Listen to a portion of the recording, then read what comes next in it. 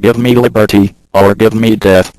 Patrick Henry, March 23, 1775. No man thinks more highly than I do of the patriotism, as well as abilities, of the very worthy gentlemen who have just addressed the House.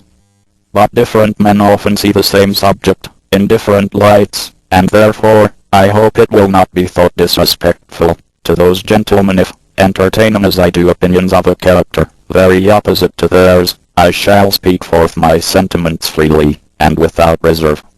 This is no time for ceremony. The question before the House is one of awful moment to this country.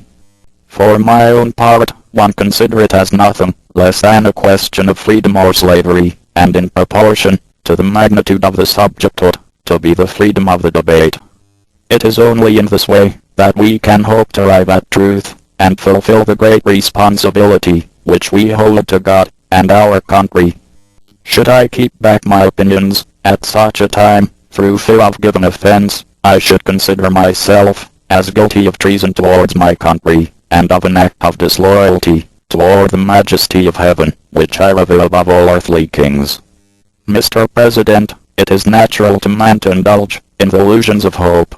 We are apt to shut our eyes against a painful truth, and listen to the song of that siren, till she transforms us into beasts. Is this the part of wise men, engaged in a great and arduous struggle for liberty? Are we disposed to be of the number of those who, having eyes, see not, and having ears, hear not, the things which so nearly concern their temporal salvation?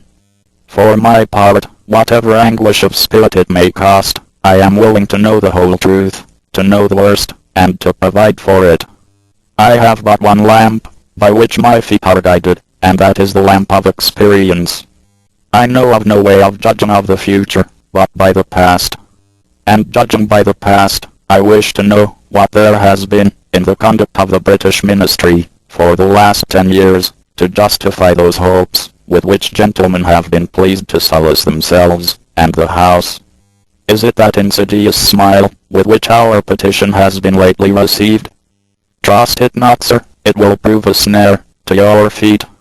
Suffer not yourselves to be betrayed with a kiss. Ask yourselves how this gracious reception of our petition comports with those warlike preparations which cover our waters and darken our land. Are fleets and armies necessary to work of love and reconciliation?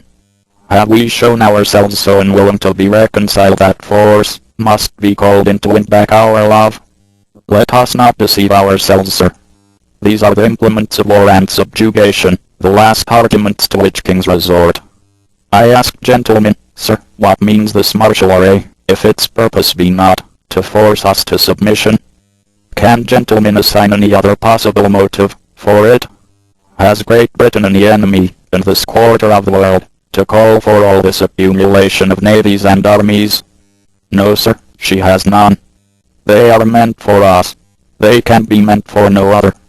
They are sent over to bind and rivet upon us those chains which the British ministry have been so long forging. And what have we to oppose to them? Shall we try argument? Sir, we have been trying that for the last 10 years. Have we anything new to offer upon the subject? Nothing. We have held the subject up in every light of which it is capable, but it has been all in vain. Shall we resort to entreaty and humble supplication? What terms shall we find which have not been already exhausted? Let us not, I beseech you, sir, deceive ourselves. Sir, we have done everything that could be done to avert the storm which is now coming on.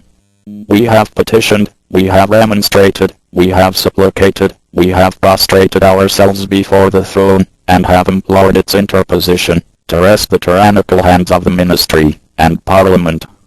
Our petitions have been slighted, our remonstrances have produced additional violence and insult, our supplications have been disregarded, and we have been spurned with contempt from the foot of the throne.